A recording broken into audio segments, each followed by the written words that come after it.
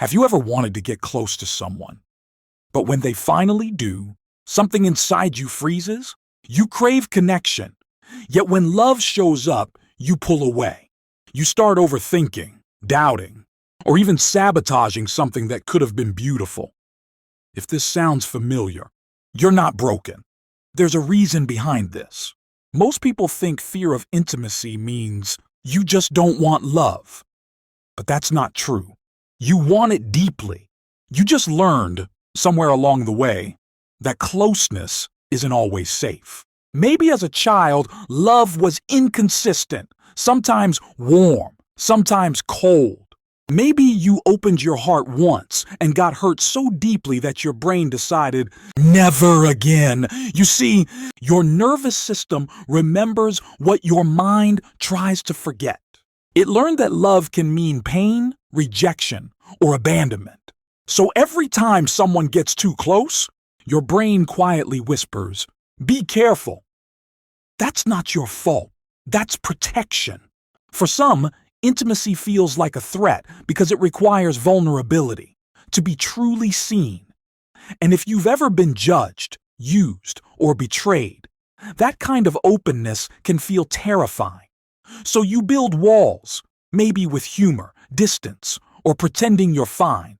Because deep down, you fear if they really knew you, they'd leave. But here's the twist. The same wall that keeps pain out also keeps love out. You can't selectively numb emotions. When you shut down to protect yourself from rejection, you also block connection.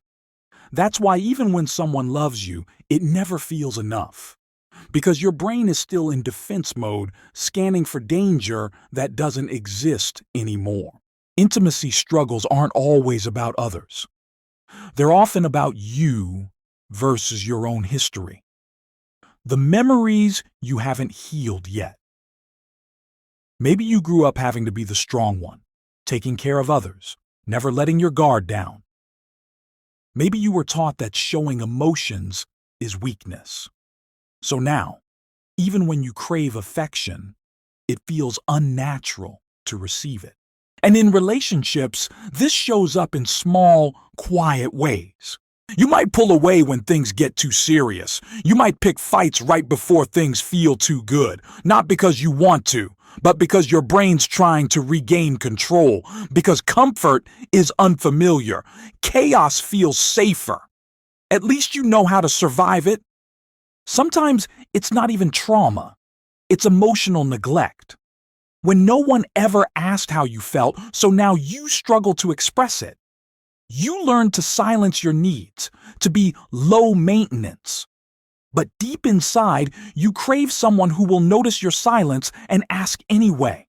But here's the good news. This can change. Your brain is wired for survival, but it's also wired for healing. When you start creating small moments of safety through therapy, journaling, self-compassion, or even with a kind partner, your nervous system slowly learns that closeness isn't danger anymore. Healing intimacy issues isn't about forcing yourself to trust. It's about reteaching your body what safety feels like. When you feel anxiety around love, don't shame it. Pause and remind yourself. This reaction was once protection.